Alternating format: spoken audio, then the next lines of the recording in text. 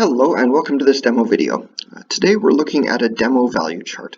The visualization on the left consists of 4 different visualization idioms.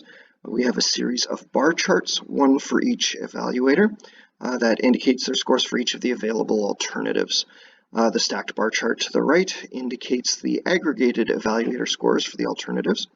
The box plot down here allows us to see the distribution of evaluator scores for each of the alternatives. Now the fourth visualization idiom isn't displayed at the moment because we are currently in compare evaluators mode.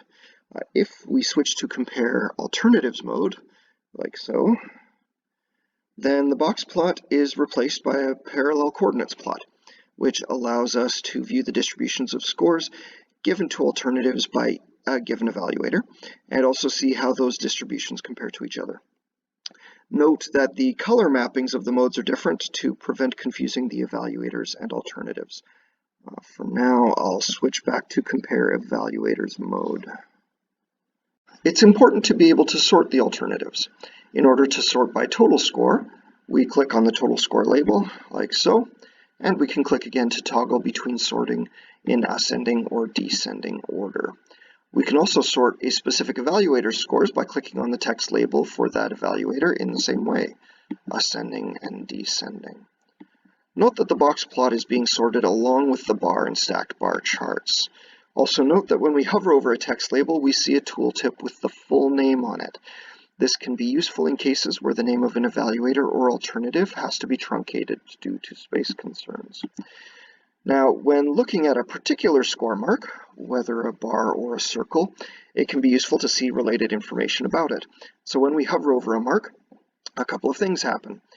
First, the linked highlighting is engaged, where all of the marks for that evaluator are made more prominent relative to the rest. In addition, a details pane appears that lists the name of the evaluator, the alternative, the score value, and any comment that the evaluator has made about the alternative. Now, if we're hovering over a circle mark, like so, the score is also given in a tooltip in addition to the other effects. Now, if we switch to compare alternatives mode, the linked highlighting still applies, and it applies to all marks corresponding to the relevant alternative, though the information in the details pane remains the same. Note that the color of the details pane matches the relevant alternative or evaluator. We'll just switch back to compare evaluators mode again. Okay, let's just put this back like so. Now we'll cover some of the controls available in this area on the right side of the screen.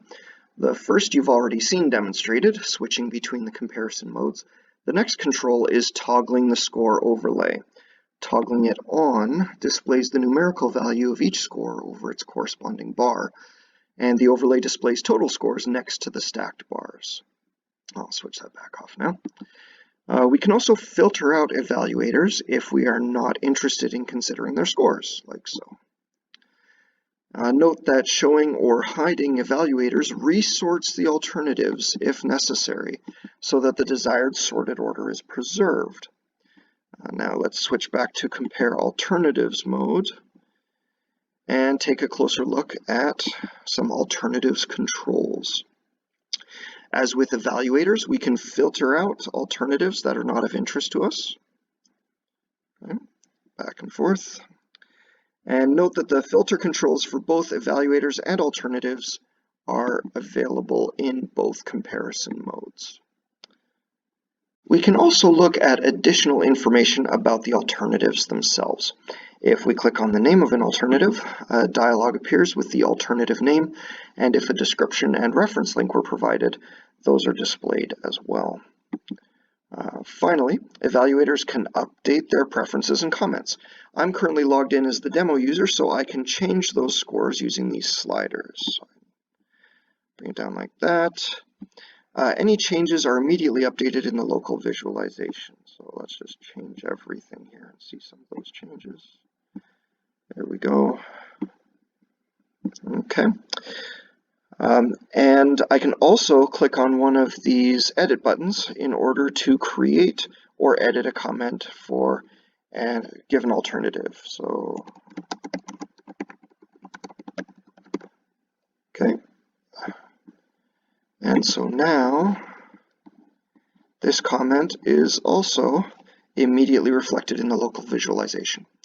Now, once I've made these changes, I can discard them if I made a mistake or I've changed my mind again using the Reset Preferences button. Alternatively, I can submit my updated preference and comments to the database so that other users can look at them. Thank you very much for watching this demo video.